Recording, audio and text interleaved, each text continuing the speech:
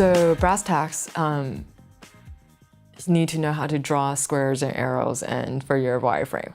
So whichever tool that, to be honest, makes that easy. So tools I've gone through, there's stuff like Balsamic, which is great for low fidelity prototype. And the reason that's great is because it doesn't have the high fidelity visuals. People aren't locked in that. The point of using a low fidelity is to get discussion, to get that main idea across.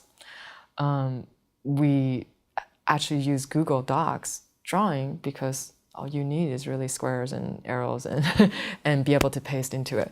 Then you could get into sort of the really much cooler tools like a Flinto that will do design prototyping. Should always have a basic understanding of Photoshop. Now, as a designer, know that there's, when you say design, there's so many levels, that there's interaction design, UI design, UX design, visual design. And mostly probably, unless you're doing hardcore visuals, you don't necessarily need to know all the ins and outs of like the more drawing visual tools, but I think definitely knowing Photoshop, knowing your way, at least know how to cut and paste some assets and do quick changes is invaluable. But if you're going to be going along the visual graphics route, definitely you need to know, all the illustrators and the various tools on the various stuff with that.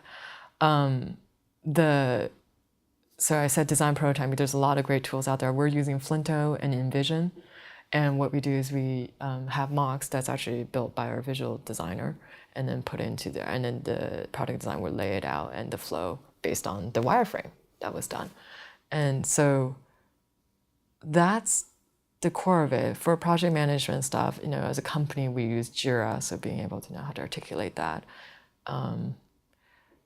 Yeah, it's funny. Excel sometimes, if you want to, it never hurts as project designer to understand some of the analytics, to understand the funnels. So the analytics tools, being able to study that. So I say Excel because that's very, very raw, but there's a lot of great analytics tools and stuff out there that you would pump in, needing to understand user funnels, and you need to understand your flow. So I'm sure my design team would tell me there's a lot more stuff that they use, but there's whatever you could do to get your point across. But basically, you could do everything with like a Google Docs, something that could draw squares, and get your idea, and Photoshop, to be honest. So yeah, because you can get your visual mocks better that way.